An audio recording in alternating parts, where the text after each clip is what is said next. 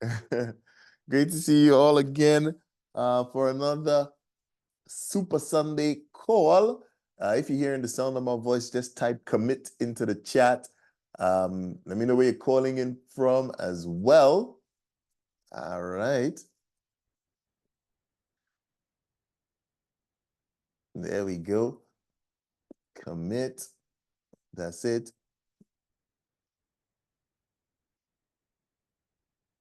We've got London in the house. We have Dallas, Texas in the house. We've got Cork and Ireland. We've got Bromley. Nigeria is here.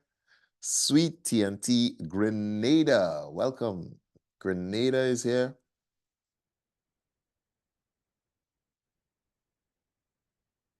Don't be shy. Don't be shy.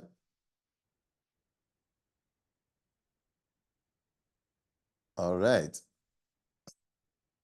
Cool. There we go. Miami, Florida is here. Wow. Could you believe it's just like one more week, a week and a half or so, and it's Christmas already? I mean, ooh, who's done their Christmas shopping already? USA TNT is in the building. Knit? What does knit mean? Oh, not. Oh, there we go. Durban, South Africa, welcome.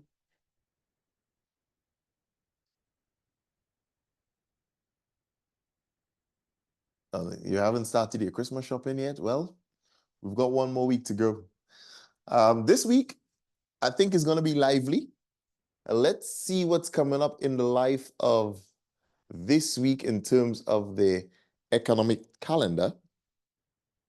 And then we can, yeah, it's going to be an interesting week. Let's share the economic calendar screen there for you, right? So for the people who are new, you've got to understand that things happening on this economic calendar here and in the news as well is what drives the price of the different assets, what drives the sentiment behind those assets is what's happening on the calendar here and in the news. So this is why we look at the calendar here to see what's coming up so we get an idea of what assets may potentially move.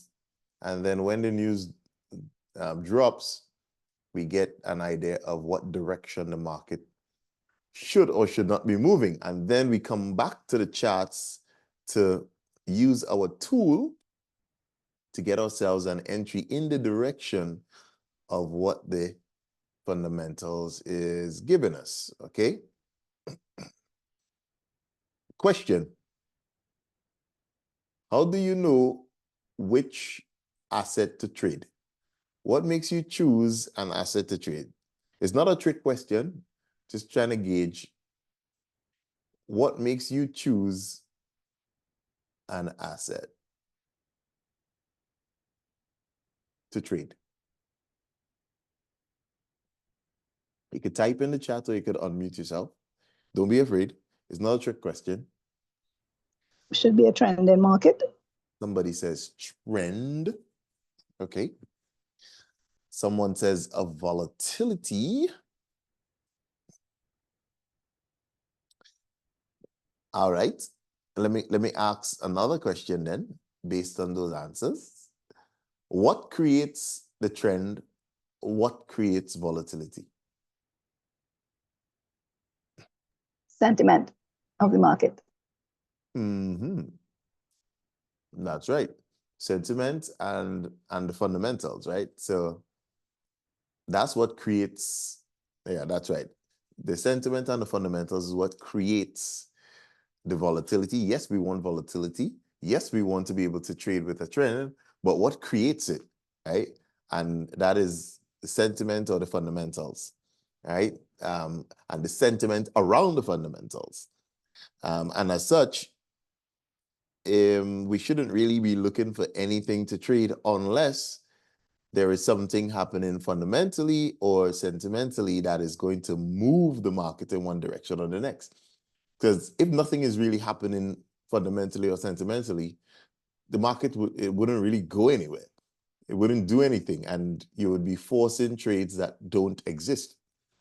And the last thing you want to do is to be jumping in and out of the market because the market ain't moving. Okay, so this is why we look at these fundamentals here. Okay, and this week, which we covered on the first week of December, is we have the big one of non-farm payroll on Tuesday for the US dollar.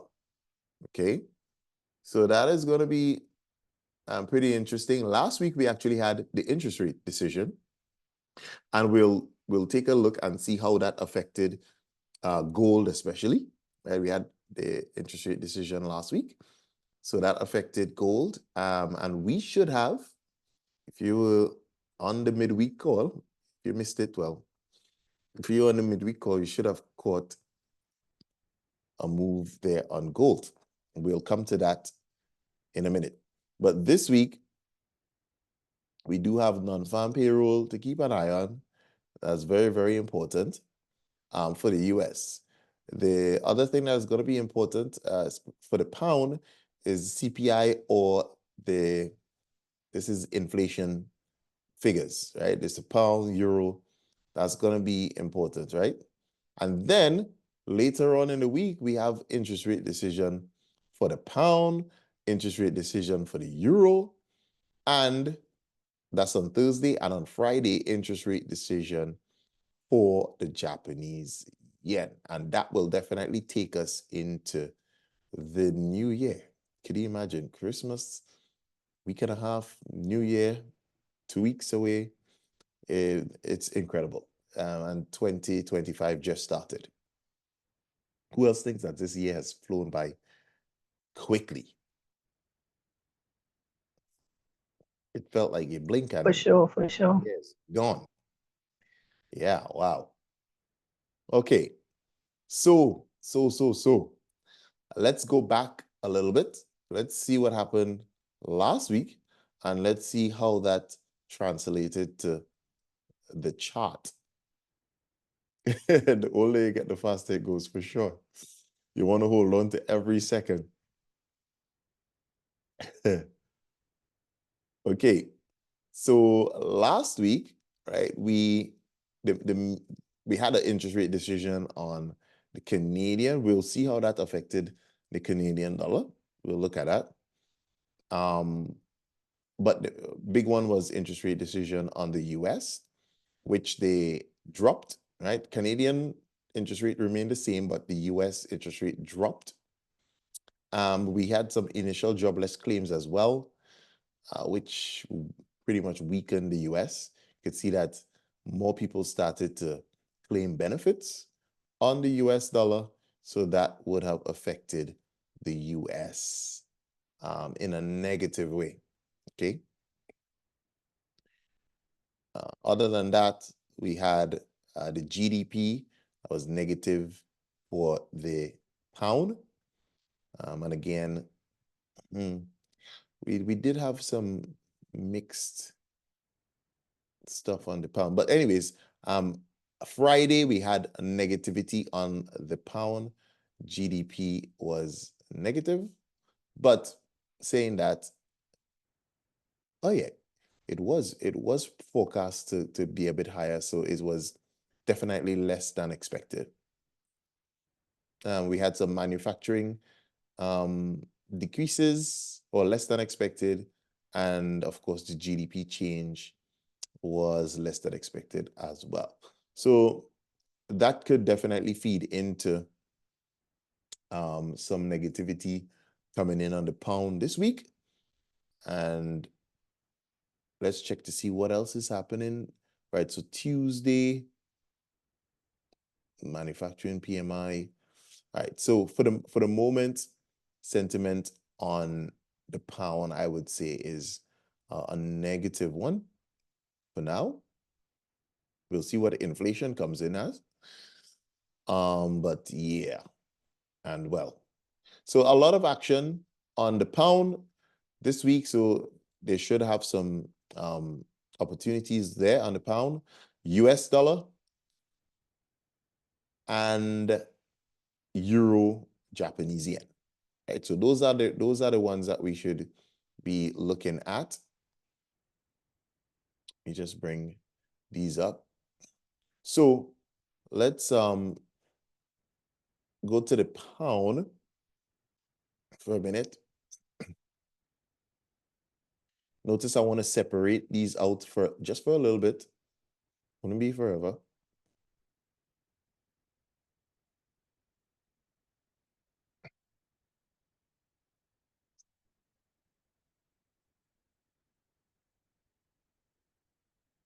Switch this off for a minute.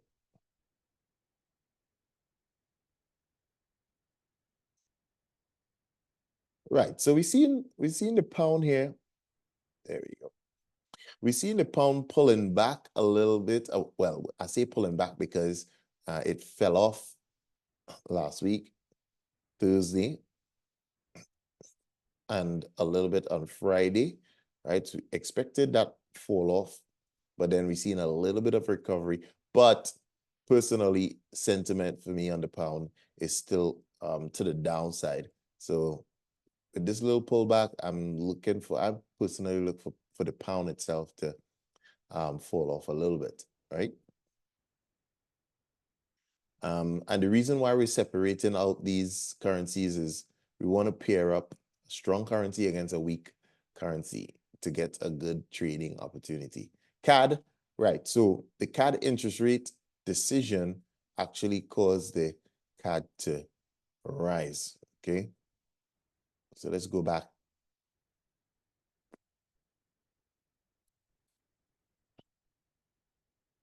CAD interest rate decision was on Wednesday. So if we go back to Wednesday here, this is Wednesday. So we can see here, we had a little bit of a stop on to the downside.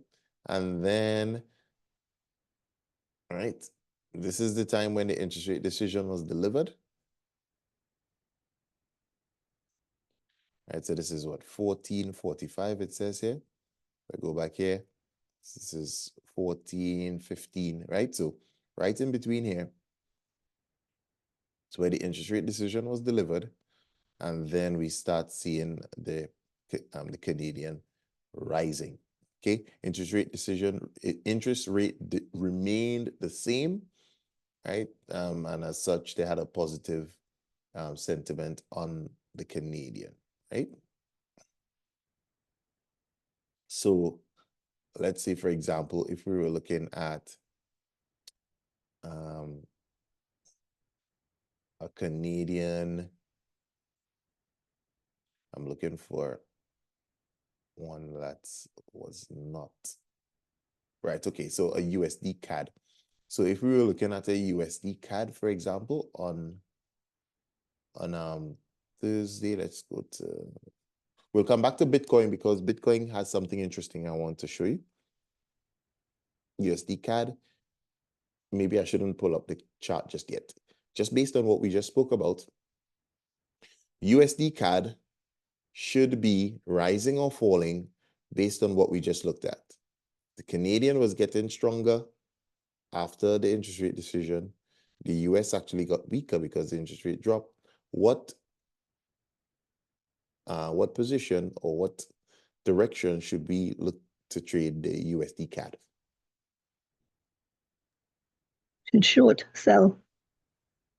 Exactly. Selling. So you notice there, we've done all the fundamental stuff first before we even look at the USD CAD chart. We should, as a proper trader, we should have an idea of what direction the market should be headed in before we even look at the chart, okay? And then if we open up the chart, right? Let's see what happened. So that was Thursday, right? Thursday here.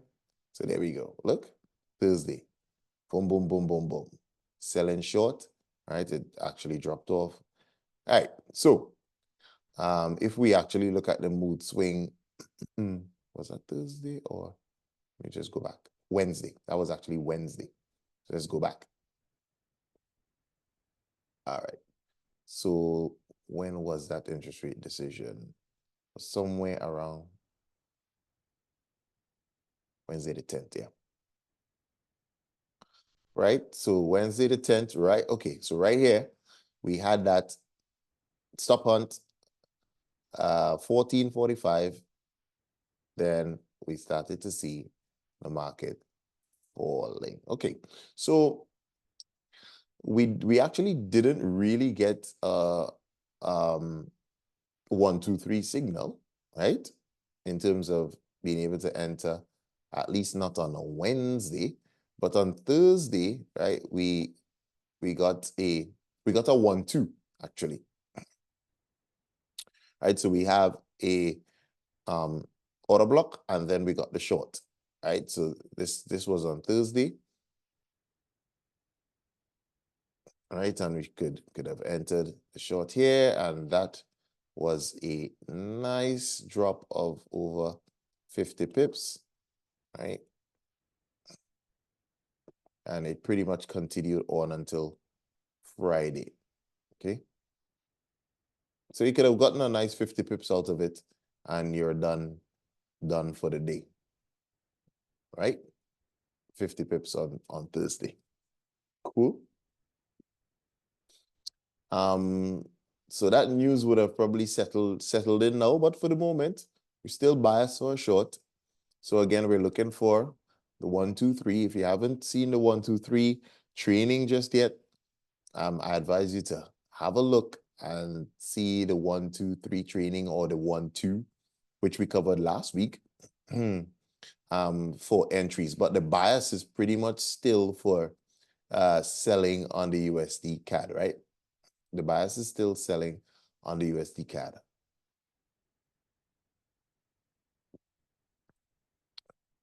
Okay, so we had the interest rate decision on, in fact, let's look at another CAD pair before we jump onto gold, right? Because CAD had news, so we expect the market on those CAD pairs to move because of what happened in the news. The news strengthened the CAD, so therefore, let's see something like a GBP CAD, right? Again, CAD is the quote currency in this scenario. So we should be looking for selling opportunities here on the GBP CAD. And again, well, that's kind of what happened here, right? And again, we had a 1, 2 on CAD, but this happened on Friday. And that sold off for about 30 pips, 37 pips. And yeah, we getting into a little bit of an order block here, so that's why we getting some reactions, right? But that was a nice opportunity there for 1, 2 on GBP CAD for a sell.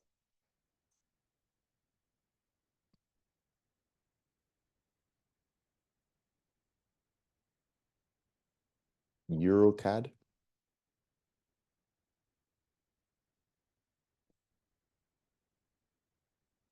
So this is interesting. So EuroCAD had some other plans, but potentially there was some news on EuroCAD that caused that. We don't really even look at EuroCAD that much. I think it is such a wild pair. Don't ever really trade that whatsoever.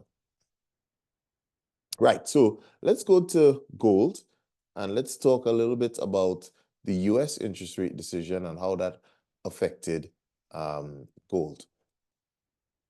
Right. So the US interest rate decision actually let's see how it affected the US dollar first, and then how that affected gold. So the US interest rate decision, it fell, right? It got less, and as such, that actually weakened the US, right? So that happened on Wednesday, right? Wednesday here, and of course that pushed the US down. So this is the dollar index here. It caused the US to drop off. And if the US is falling, gold is doing what? If the US is falling, gold is doing what? The US is getting weak. Rising. Gold is, yeah, gold should be rising. So if we go back to our chart, if we go back here to Wednesday, right here is where the interest rate decision actually happened. And we could see, right, we have our mood swing level, we have our order block, and then we have our long. So that is a what? That is a what? In the mood swing community, what does that mean? What does that mean? We have our mood swing level, we have our long, we have our order block. What does that mean? Buy. Enter. Yeah, that's our 1, 2, 3 setup, right? That's our 1, 2, 3 setup for the buy. And there you have it, right? Yeah, beautiful setup there for the buy. And even if you missed it, on Wednesday after the interest rate decision, no sweat. Thursday, what happened? We have our mood swing level, we have our order block, and we have our long. What do we do here?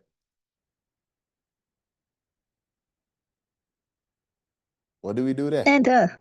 The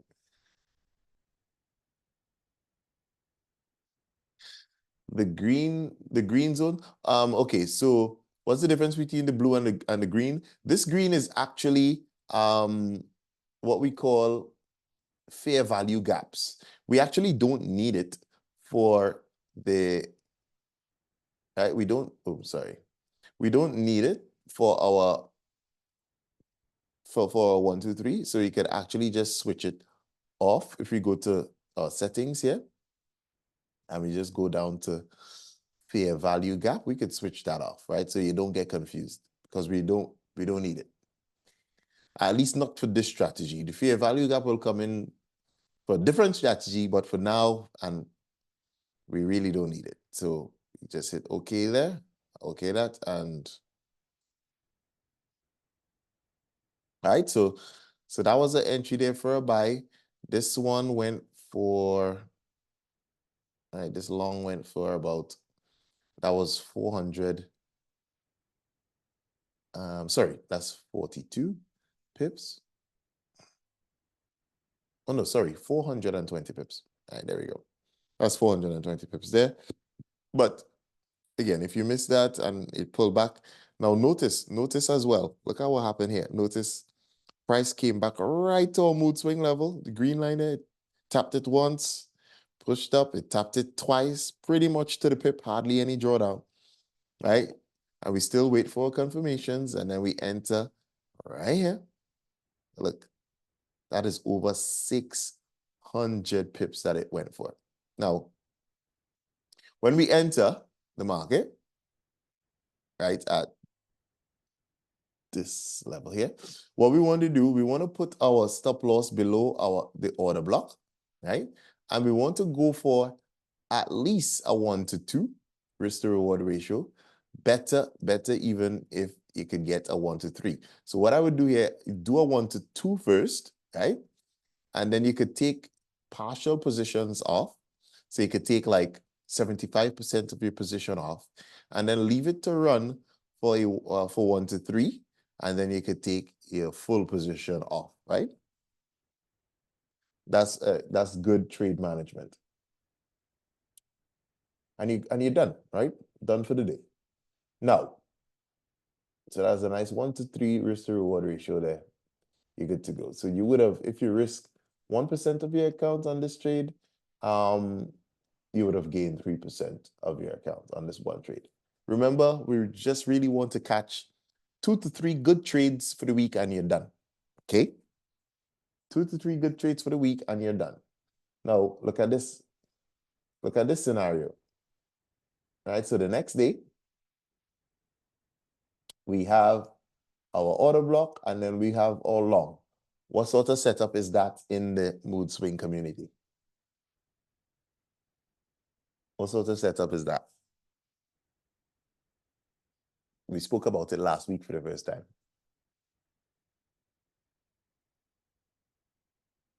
Yeah, that's right. That's a 1-2 setup, right? That's a 1-2. So there you go. You have a nice 1-2 setup here again. In for the long. Stop loss just below the order block right here. And then you're going for a 1-2 risk to reward ratio right here. Or a 1-3. This one actually went for a 1-4. Okay. But again, that's over 500 and something pips. So in 2 days, right, could have gotten 600 pips, 500 pips. You're done. That's 2 days. But all you just had to do was wait for the news to happen and wait for it to set you up. That's the hard part, right? The patience. Now I did say something about risk percentage. I said if you risk 1% of this on this trade, right, you would have potentially gotten 2% or 3%, right? Or if you risk 1%, you potentially could have gotten 2% or 3%. But if we know that we have some certain fundamentals backing us up, like we knew with the interest rate decision, then we could potentially take a little bit more risk, right? So this is the reason why I harping on about knowing what is driving the market. Because if you know what is driving the market, then that will inform how much risk you are willing to take, right? We don't just take 1% on every trade because you're wasting opportunities that way, right? If you just take 1% on every trade, suppose this trade probability was like 95 to 100% that it would go in one direction. So why risk 1% of your account on that trade? You've wasted it. Okay? Should risk more when things are in your favor, right? And this is the whole development of trading, and this is the whole nuances of trading that makes average trader different from an exceptional trader. Okay, that's when you start developing these things. The pink line, okay, or the purple line. Again, I should really take that off because I don't want that to confuse you. But the purple line is actually a fair price line. This simply is the price at which the most volume had been traded on this particular day. That's all it is. Yeah. But again, we're not using that for this strategy. You can use it for a different strategy, but not this one. Okay? So don't get too confused with that. Let me see whether I could actually switch that off. Or in fact, what you could do, if we go to our settings here, it is actually called the fair price level. If we go to our settings, where it says fair price color here, we could actually just change that to like white or something for now, depending on if your background is black, then change it to black. If your background is white, just change it to white. So it doesn't confuse you too much. I mean, I ignore it because I know I don't necessarily need to use it, but for those who may find it a little bit confusing, just switch it off for now. Okay, we want to keep things as simple and as clean as we possibly can. Cool. So we had pretty much 2 perfect setups, well, 3 on gold for the week. And that's all we want. 2, you're good. 3, cherry on the cake. Okay? Don't overtrade. Patience, we're waiting for quality instead of quantity. Right? Yeah, we're waiting for quality instead of quantity. So, what we're going to be doing, all right, we're just going to be sitting and waiting. We have established biases in your head for opportunities Now, on gold, I'm still pretty much biased for price to push up. I mean, we should expect a mood swing level to print somewhere up here when the market opens up. Again, if you want to see the price, the level at which the mood swing level is going to print, we could go down to a smaller time frame, a 1 minute, a 3 minute, and you'll see it when the market opens up. Or you could just wait a little bit on the 15-minute chart and it will print. But it gives us where that mood swing level is gonna be at. All right. And we just patiently wait for our 1, 2, 3s or 1, 2s, and we get it. Now, let's go to Bitcoin. I know I said I wanted to show you something on Bitcoin because there was a nice opportunity there for a trade on Bitcoin today, right? So, boom, what do we have here? This was actually yesterday as well on Bitcoin. What do we have on Bitcoin yesterday here? What do we have? What type of setup is this on Bitcoin? Order block, short. What do we have? 1, 2, 3. Well, not a 1, 2, 3. This is actually just a 1, 2. Right? Order block and short, it's 1, 2. We have a 1, we'll have a 3 if this was a bit further up here. But today, look at what we have. Today we have a 1, 2, 3 because we have the mood swing level, we have the order block, and we have the short. Right? So we have 3 things together. Yeah. Yeah? Got it? Yes, understood. Thanks. Yes. Yeah, awesome. Now we did have some things showing longs here. Just ignore it because for the longs we want to actually have a blue order block, not red ones. Okay, so just ignore those. So we had some 1, 2, 3s on Bitcoin today, and that would have been a beautiful, beautiful drop. In fact, let's use this short. Again, we want to put our stop loss just above our order block right here. And look at that beauty. That is 1 to 8, 1 to 9 risk to reward ratio. That is incredible. Right? So you risk 1% of your account here, and that is a 8% growth on your account for the day, and you're done. And that was today on Bitcoin. So if your broker allows you to trade Bitcoin on the weekend, you could use the mood swing tool here to take that trading opportunity. Cool?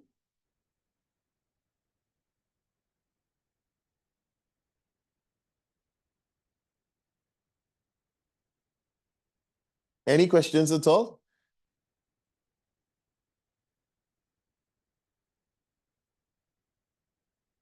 Any questions at all?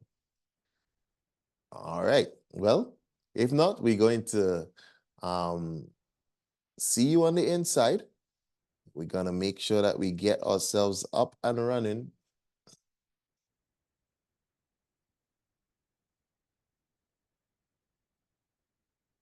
Okay, so that's a good question. Does it matter if the mood swing line is far from the order block before it prints a buy or a sell?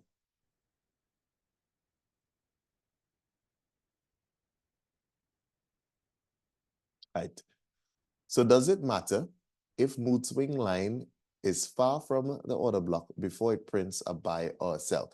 Well, the question, the answer really is it depends, right? Sometimes, like in this scenario here, sometimes it prints that short, right? Sometimes it prints that short far away, right?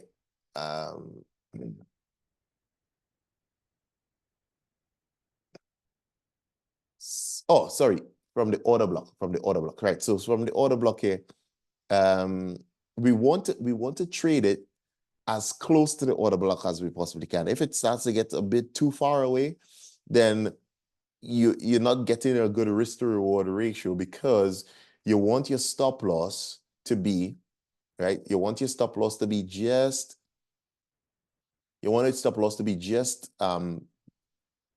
above the order block here, right?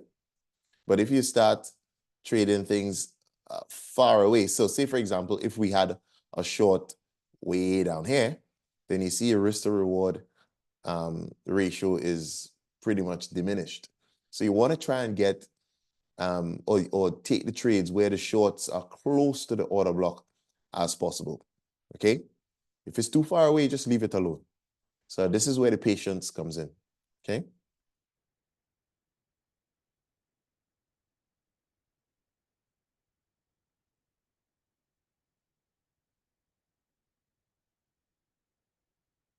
What do you trade Bitcoin on as in a broker? Yeah, my broker allows Bitcoin on the weekend. Blessed be, you'll have send me a message in Telegram, right? Send me a message in Telegram. Let's see. Right. So have a fantastic week, everyone. We will see you on the inside. We'll crack on. Let's get our Christmas shopping money this week. All right. Bye-bye for now.